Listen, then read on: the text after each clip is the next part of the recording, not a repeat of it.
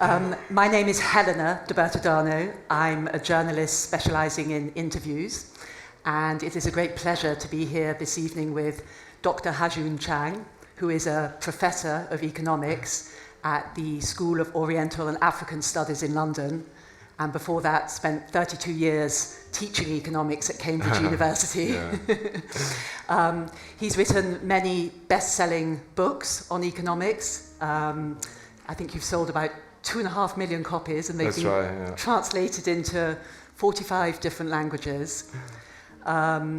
And you were named once by Prospect magazine as one of the top 10 thinkers in the world. Yes. So I was quite daunted about having a conversation with you. But you have made it your mission to make economics understandable, even fun for all of us. That's right. Yeah. But how is it that economics can be fun? Isn't it fundamentally quite dull? As it is normally taught and in the schools and universities, and as it is presented to the general public, it is, yes, boring. It is too technical, and it is too dry.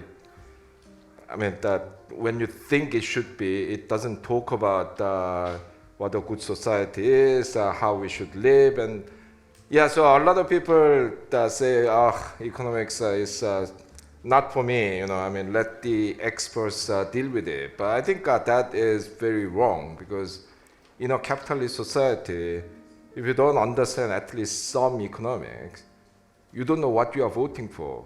Democracy is meaningless. Because especially in the more market-oriented form of capitalism, which is sometimes known as neoliberal capitalism, everything is supposed to justify its existence in terms of the money it makes. Whether it's the teaching of ancient languages in universities, funding of museums and the orchestras. In Britain, I even met some people who try to justify the monarchy in terms of the tourist revenue it generates. I'm not a monarchist. I'm actually an anti-monarchist. But if you're a monarchist, you cannot do that. Because the British monarchy is supposed to be the foundation institution of the country. That official state religion is the Anglican Church, and the monarch is the head of the Anglican Church. So if you try to justify this in terms of money it brings, I can do that because I'm an anti-monarchist. I can say, I don't like those guys, but they at least bring in money. But if you're a monarchist, you shouldn't be doing that. So, it's come to that. So everything is judged in terms of monetary value. And in that kind of society, who controls the economic narrative controls society. So if you want to defend your interest, personal interest, if you want to be a responsible democratic citizen, everyone should learn at least some economics. And let me tell you, it's not that difficult, actually.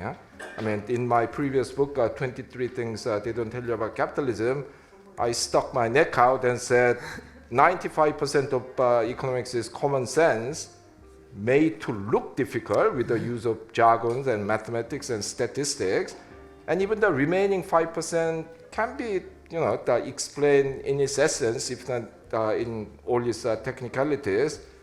If you actually try to explain it in an understandable way. Of course, my professional colleagues hated me for saying that because, everyone, you must have had this experience with your, I don't know, plumber or electrician.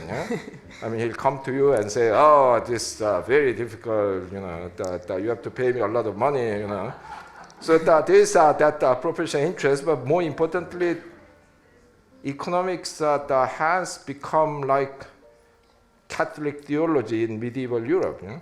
It's become an ideology that defends the status quo, however unjust, however wasteful, however the kind of unsustainable it may be. And as a result, these the people who have money and power have surrounded themselves with these economists who try to defend the status quo, yeah? And they make it sure that they have monopoly over that knowledge by using this impenetrable language in the same way that in medieval Europe, the Vatican prohibited the translation of the Bible into vernacular languages. Yeah? So unless you're a member of the clergy ordained by the Vatican, or sons of very rich people who can afford to give you private tutors and send you to universities, you cannot even read the Bible. Yeah? So it's become like that. So I'm been on a kind of personal crusade for mass economic literacy in the last couple of decades. And the culmination of which is edible economics, in which you're trying to give us all some economics with some very entertaining food stories. Yes. A bit like, I think you described it like a mother trying to bribe her child to eat greens. By giving them ice cream. Yeah, you but give the ice cream first. my bribe is better because I give you the ice cream first. Yeah? There's a food story which usually accounts for at least 30%, sometimes 50% of the chapter. So if you don't want to go on, you can stop in the middle. Yeah? You can eat the ice cream and not eat your broccolis. Yeah? But hopefully that you will keep reading by mistake, that you will be ending up in an economic story. Yeah? I think you're the first economist ever to explain anything through jamón ibérico, which That's is right, obviously yeah. particular to my here. favorite ham, possibly my favorite meat of any kind. So each of the chapters in the book are named after a food ingredient. Yeah? So there's a chapter called chili, another called chocolate, another called the anchovy. There's a chapter, however, called acorn, which you think is not food, yeah? Food only for pigs, yeah? In Andalusia, you feed the Iberico pigs, the beyota, the acorn. But in Korea, actually, we eat a lot of acorn. Yeah? We make it into vegetable jelly, and you dress it with the soy sauce, vinegar, the chili powder, and mix it with the salad, and it makes a very nice food. Yeah. Anyway, so however, I know that very few people actually eat acorn, and the best way to eat acorn is to feed it to Iberico pigs. Yeah? Yeah, the best ham in the world, and this country takes ham seriously, because do you remember the movie, the Hamon Hamon, with Penelope Cruz, Javier Bardem, So what is the economic message, though, that you are conveying with jamón ibérico? Yeah, so this is where it gets a bit weird. So what does acorn-eating Koreans and acorn-eating Spanish pigs have in common? The story is that the ham, or more broadly pork, is taken so seriously in this country, partly because you built your nation fighting people who don't eat pork, the Muslims. Yeah? So this was the center of that, and when the Spanish Inquisition, after Reconquista, the Spanish Inquisition took over about a century later. No, not a century. Half a century later, you had all these policies of Muslims were first expelled, but then you started persecuting the Jews, especially the people who pretended that they converted to Catholicism, and one good way of catching them was to make them eat pork in public. Yeah?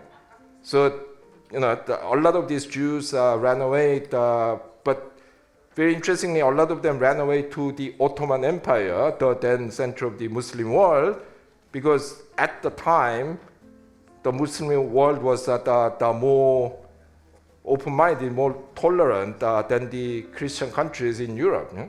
So this is one kind of misconception that I want to undermine, which is that you watch the Muslim countries, I mean, not all of them are like that actually these days. I mean, even look at Malaysia and many countries, there are very open Muslim countries, but probably more of them are kind of intolerant than the European countries. So you think, there's something inherent in Islam that makes people intolerant. But in those days, actually, Muslims were more tolerant.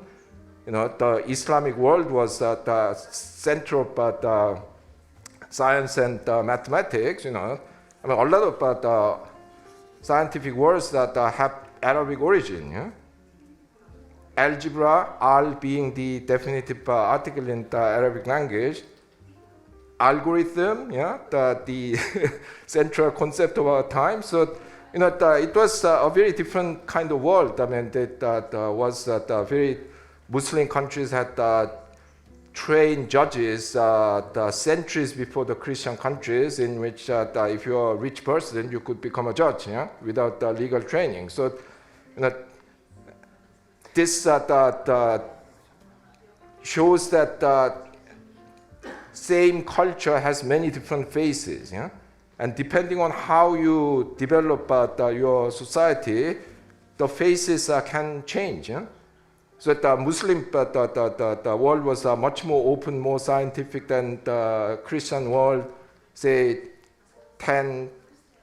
8 centuries ago. Now it's the reverse, and so culture is not as important as you think or we think in determining economic outcomes. I don't want to say that it's not important. I mean, in the short run, it determines how people behave. In the short run, it is difficult to change the culture, but over time, these things change. I mean, if you go back in time and read travel journals of English people in Germany in the early 19th century, and Germany was a poor country, you will see a lot of negative comments. Germans are too emotional, they cannot cooperate with each other, they are dishonest. I mean, almost the polar opposite image of Germans today, that Americans and Australians would, and British would go to Japan, Korea, and say, these people are lazy. That was the early 20th century when these countries were poor. So, culture changes, partly because the people make an effort to change the culture, because a lot of East Asians realized that some of the traditional practices were not compatible with modern industrial economy and try to change that. But more importantly, culture changes because the economy changes. The underlying conditions change. I mean, let me give you an example. Till 20 years ago, maybe 15 years ago, we had this expression called Korean time in Korea, which means that you can be late for an appointment up to 1 hour, maybe 1.5 hours, and you don't have to say sorry.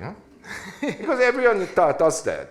Is that a little like the Spanish mañana culture, which has changed? And it's not as if you had better things to do than wait for me, Because this was a legacy of agrarian society. In agrarian society, you don't need strict timekeeping. I mean, you woke up, 40 minutes late this morning because you had a bit too much wine last night.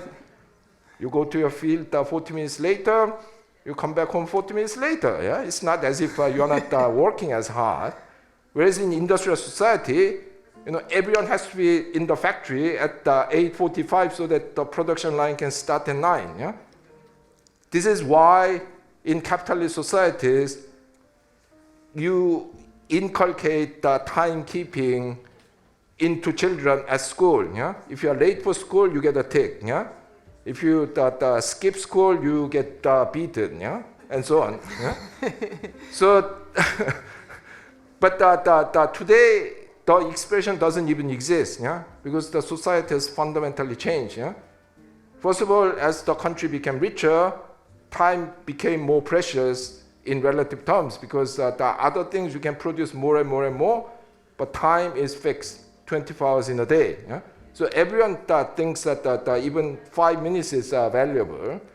And also that you have been trained to keep time throughout your childhood. So now everyone keeps time, yeah. So no, this is quite a complicated story because there are people who say, "Oh, culture doesn't matter." I don't agree with that. But on the other hand, there are people who think culture can be changed at will, yeah. Oh,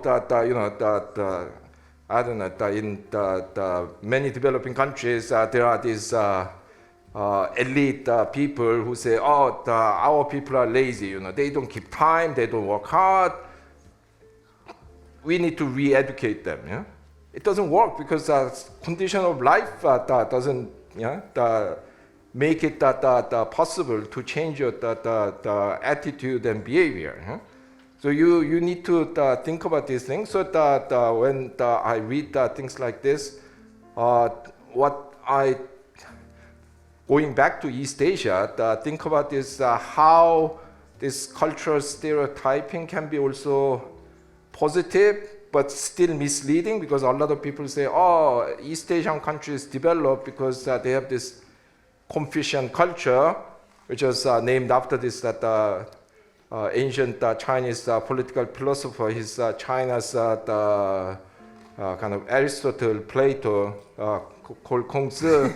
And it's the cultural system in which, allegedly, hard work is emphasized, saving is emphasized, education is emphasized. So people say, it's only because they were these weird people with different culture that they could succeed. But as I said earlier, you go back in time, these people were not like that. They didn't work hard. They didn't keep time. And also a lot of things have changed in those countries because of economic policy, rather than because someone told them to be a better citizens. The savings culture at one point until the mid-1990s, we had the highest household savings as a proportion of national income in the world. So people say, the Koreans are programmed to save, and Latinos they want to have a party. That's why Latin America is not developing. But when our financial policy changed and borrowing was made easier and regulation on banks were weakened, our household saving just collapsed. Koreans also want to spend money. They couldn't do it because of economic policy. So, this stereotyping is very, very dangerous, because then you think something is fate, and you don't do things to change them.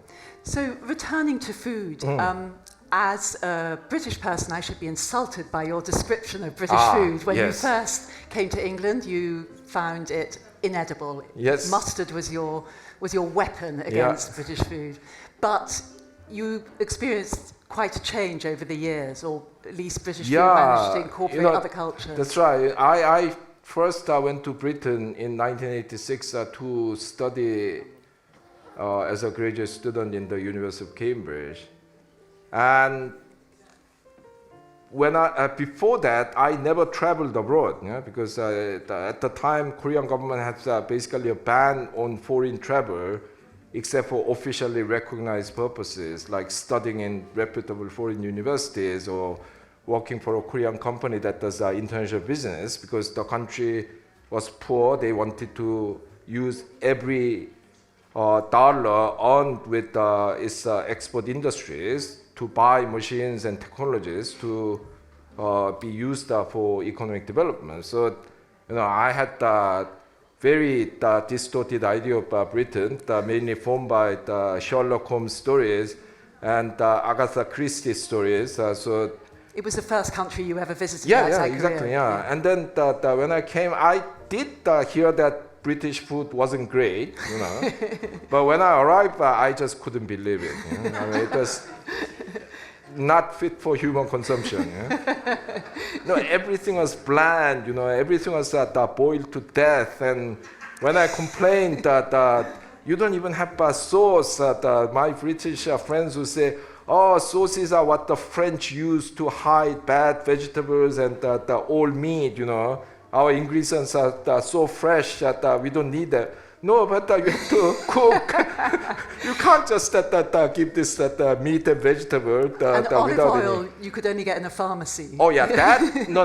When I was there, you could get olive oil in supermarkets, but in the 70s, I have an older American friend.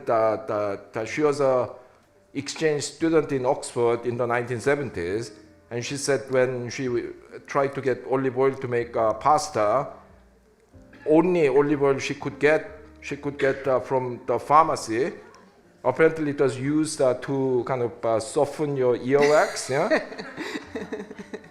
Yeah. So, I mean, it was awful, but I mean, I arrived at the right time because already from the 80s, British food culture was changing. Yeah?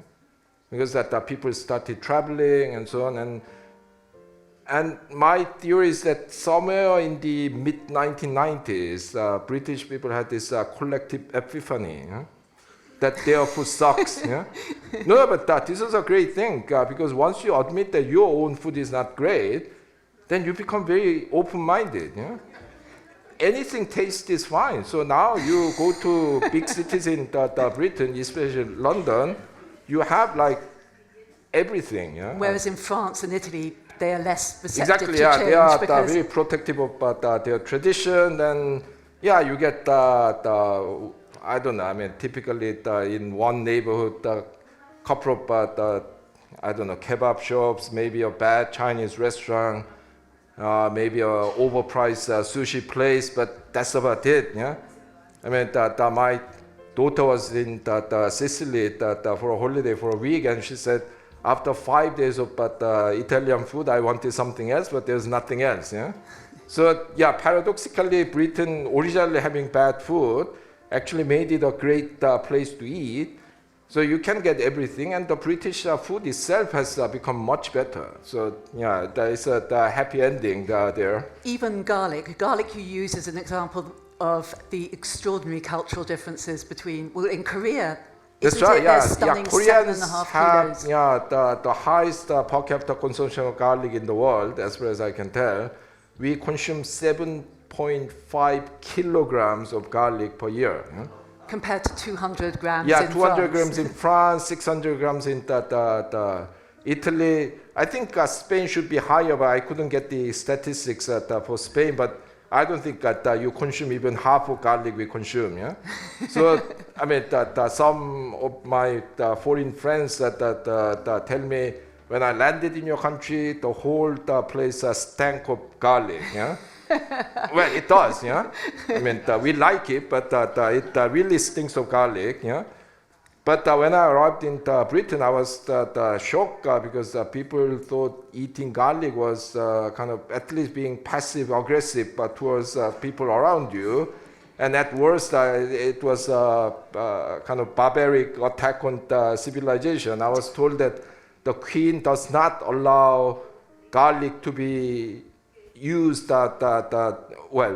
didn't allow garlic to be used when she was in Buckingham Palace or Windsor Castle. So, you know, as soon as Queen arrives in one of her palaces, garlic was banned. You know. In fact, I was talking to Joe Cooper yesterday, the honorary British Consul here, and he was saying that when the Queen visited Seville, the menu that was being prepared had to be sent to Buckingham Palace.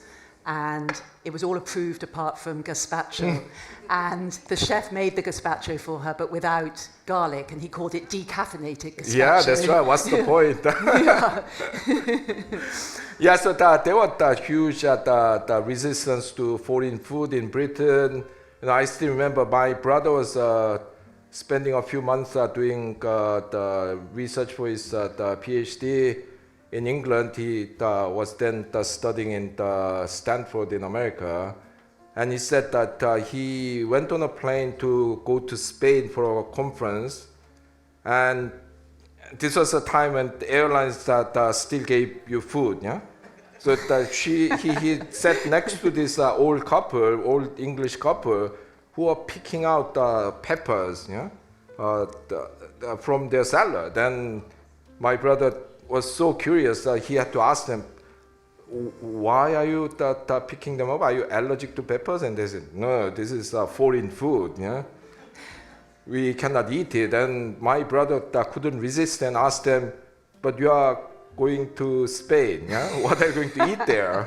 And they said, oh, I'm sure that there are the McDonald's there, you know. So that was the kind of attitude. But yeah, I mean, luckily today the attitude is completely different. So is the point that we need to be more open-minded in general, not just about food, but also about economics? Yeah, absolutely. The unfortunate thing is that while the Britain had this the positive food revolution, you know, my other world, economics, was being sucked into a kind of black hole because, you know, until the 70s, 80s, there were many competing paradigms in economics, many schools of economics. So not only was there neoclassical economics, which is the mainstream of economics today, almost in some countries, almost the only kind of economics on offer. There were Keynesians and Marxists and institutionalists and the behavioralists and many different kinds of economics. But I mean, since the 80s, these other schools have all been kind of marginalized, and now we have only one kind of the economics, which, I mean, I'm not saying that neoclassical economics is particularly wrong, you know, that is not particularly bad, but, you know, all different types of economics, different schools of economics, they are based on very particular ethical assumptions, political viewpoints, and they have very different theories about how the economy changes and what is human nature and so on. So each school has the strengths and weaknesses. So the same school could be very, very good for solving certain kind of problem, but they are useless for solving other kinds of problems. So in the same way that, you know, I love Italian food, but I don't think I can survive if I have to eat it every day, you know. So that in the same way that we need a varied diet, yeah, different cuisines to have a more interesting and healthy kind of the culinary life. We need different economic theories to deal with different problems, you know, and to reflect the different kinds of the ethical and political positions, you know. So tell us about your early days. Did you grow up wanting to be an economist? No, actually, I think that when I was a little kid, I loved animals, so I wanted to become a biologist. And when I went to the secondary school, I realized I was not very good at science, so I gave up. And then I wanted to become a diplomat, because this was a time when no one could travel abroad. Well, not no one, but virtually no one that could travel abroad. And being a diplomat, you will travel everywhere. But yeah, as I grew a bit older, 15, 16, you know, I wanted to really understand what was going on around me, because I grew up in the 1970s and 80s when the Korean economy was growing at 10%, 12% per year, you know. You go visit the same place 6 months later is unrecognizable because there are so many new buildings, new roads. Yeah, there were a lot of positive changes. You know, people are eating more, heating their houses more, you know, living longer. But then there were also the very kind of negative things. You know, at the time, you know, many workers were working 13, 14 hours a day for 6.5 days a week, you know. I mean, and if they try to organize unions, the police will come and bash them, you know. There were a lot of illegal settlements, and construction companies would use these thugs, gangsters, to beat people up, to kick them out of the settlement. And yeah, so I wanted to understand what was going on. Then I realized economics is one subject that would help me to understand those. So I'm very much a kind of product of my own background. And unusually, you want to communicate that. So when did you realize you had a knack for communicating to the rest of us who don't? Oh, I didn't. I mean, yeah, no, I always believed in writing in an accessible way when I was doing my academic writing. But when I first decided to communicate with the general public and got my literary agent and showed him various drafts of my ideas of a popular book, I mean, he would just put it in the waste basket straight away because, no, I mean, it's not because he didn't understand. He studied economics and politics in Dublin. You know? He's an Irish guy. But he told me, look, Ha-Joon, I understand what you're trying to say, but if you write like this, no one will read it. Yeah? So I had to really kind of train myself to writing in a way that is easy to understand, which meant I had to think about a lot of examples, analogies, yeah, interesting stories to draw people in. And yeah, so in a way, as you called it, this is the culmination of that approach because, yeah, I don't think anyone any economist has written anything like this. Would you, it's in 17 dishes, would there be an 18th dish now, a year later? Oh, yeah, we could have easily another 4 or 5, yeah, but... what about the oranges of Seville or marmalade? Oranges or of Seville, could we yeah. teach a lesson with that? Yeah, I don't know. I mean, probably when it comes to oranges, I could go with the story about, well, not Sevillian oranges, but all these orange juices that are coming from Brazil, California, this frozen orange juice that gets reconstituted into, kind of the orange juice, but these are not the same as the real thing. Yeah? So, I mean, that process of extracting the juice from the orange and then reconstituting them, I mean, that something gets taken out. Yeah? So economic theories are like that. Yeah? I mean, when you're at or any theory. I mean, when you are making a theory, you have to, generalize, simplify the world, and so on. And then, I mean, it's inevitable because that you need to do that in order to build theory. But then you shouldn't go on to believe that this is the real world. Yeah? That's what's the problem with many academic economists. I mean, because they build this theory, abstracting from lots of things. And when they bring it back to the real world, they think what they have in the theory is actually the ideal, better version of the real world, and therefore the world should become like their theory rather than them having to adapt to reality. This is why economically successful countries have been the ones which are pragmatic rather than dogmatic about any economic ideology.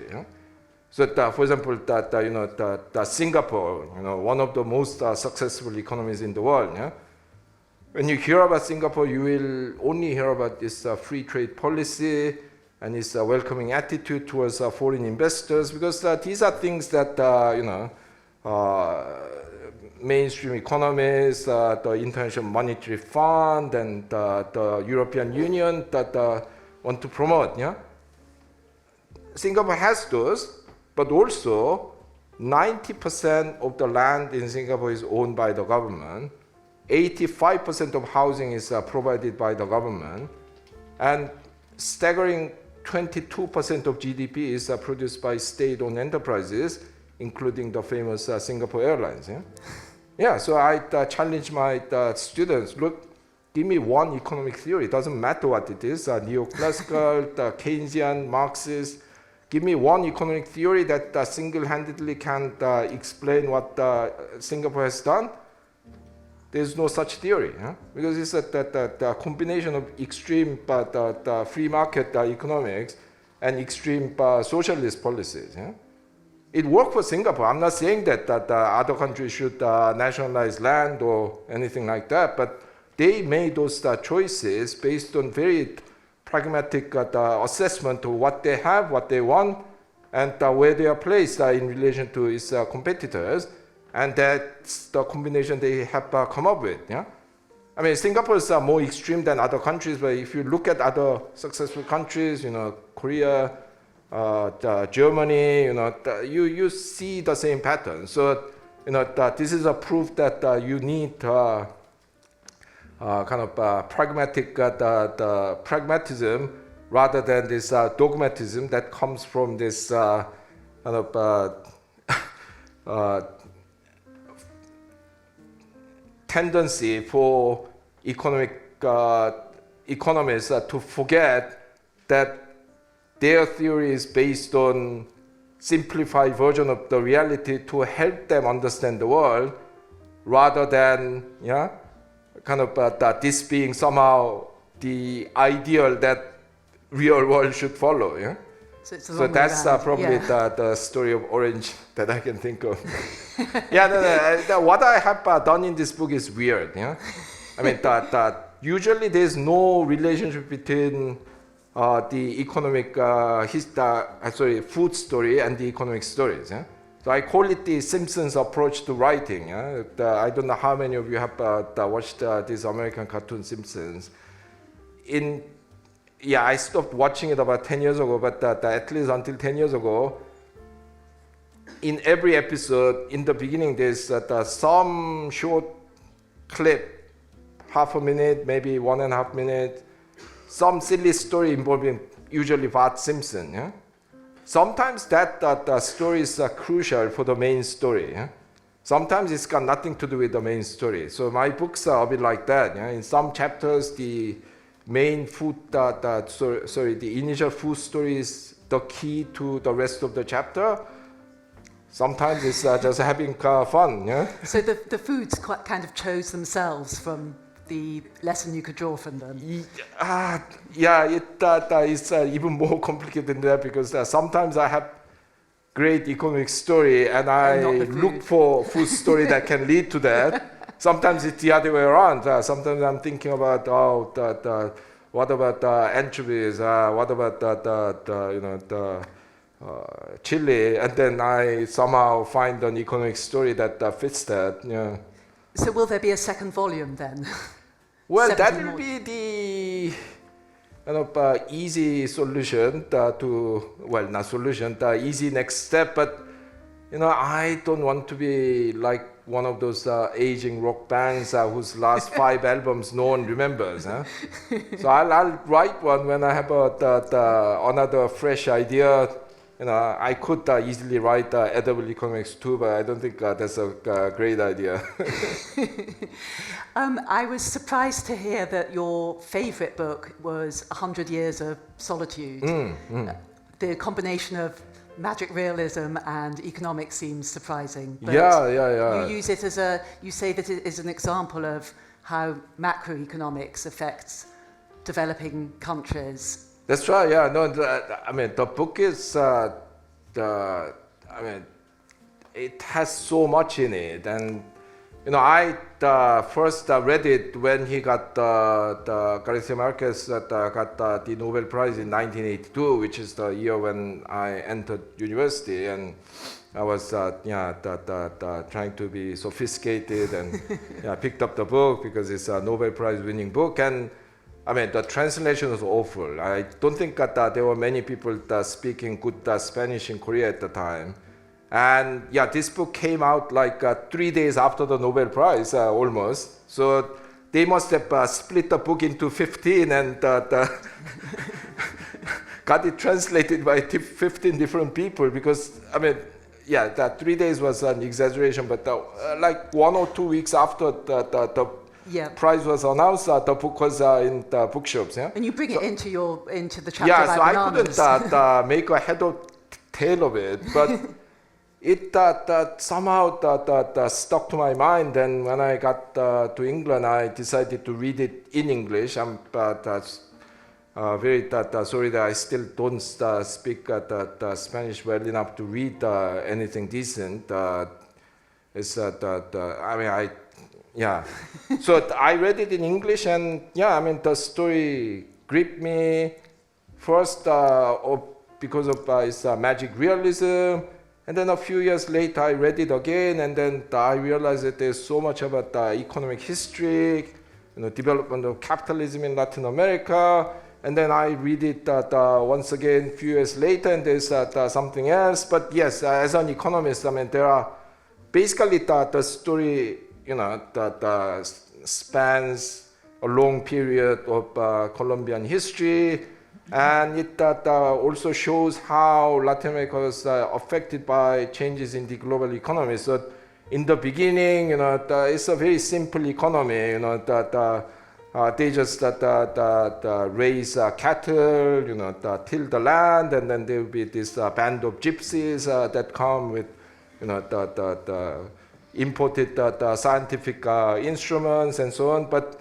over time, I mean, the impact of the global economy is felt more and more, to the point that, in the early 20th century, the American banana companies come, and then, it dominates the town of Macondo, and I mean, it kind of culminates in the kind of fictionalized version of the famous the banana massacre of Colombia in 1928, and it tells you so much about how the development of global capitalism affects even the furthest corner of Latin America.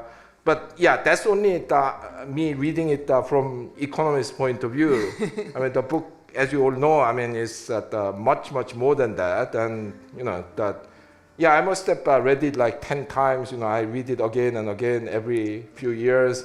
Actually, the last time I read it was just before the pandemic. I was in the Hay Festival Cartagena, and I read it probably for the 9th or 10th time, and then now I don't know how I feel about it, having gone through the pandemic, and let's see. So are you optimistic about the future in economic terms? I think you quote Antonio Gramsci. Yeah, the Italian Marxist who said you have to have pessimism of intellect, but optimism of the will. I mean, in terms of objective analysis, things look really bad. I mean, not everywhere, but in many the places. But on the other hand, we have the kind of people rethinking what our future should be. Especially the younger generation. They have a very different way of kind of understanding the world, especially challenges of climate change, and then they are very good at organizing social campaign. So I have hope. Of course, we have to work at it, because frankly, there's just too much power and money at stake for this world to change on a large scale. I mean, don't forget, that people have been criticizing the Vatican for the last 2,000 years, and it's still there, much more weakened and so on. So, I'm not anti-Catholic. I'm just a generalized atheist. No, this is quite important, because when people say they are atheists, I ask them, are you a Catholic atheist, or Jewish atheist, or Muslim atheist? Because they are usually reacting to established religion. I grew up in well, not all Koreans are like that. I mean, many of them are Christians, evangelical Christians, but I grew up in Korean community which had no concept of God. So for me, I don't have any religion, any God to reject. So I'm a general atheist. So when I say something negative about the Catholic Church, don't get me wrong. I mean, I don't have anything particular against the Catholics. Well, thank you so much for making economics much more palatable for all of us. And I should have said that you will be signing copies of your book, and indeed 2 or 3 others of your books outside. Thank you. No, thank you, Helena. Thank you.